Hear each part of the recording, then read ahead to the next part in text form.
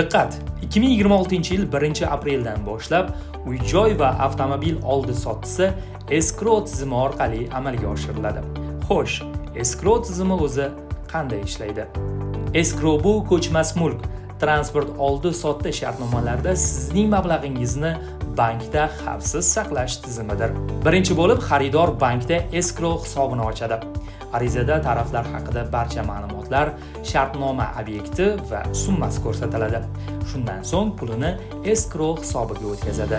Ushbu mablag' sotuvchida emas, bankda xavfsiz saqlanadi.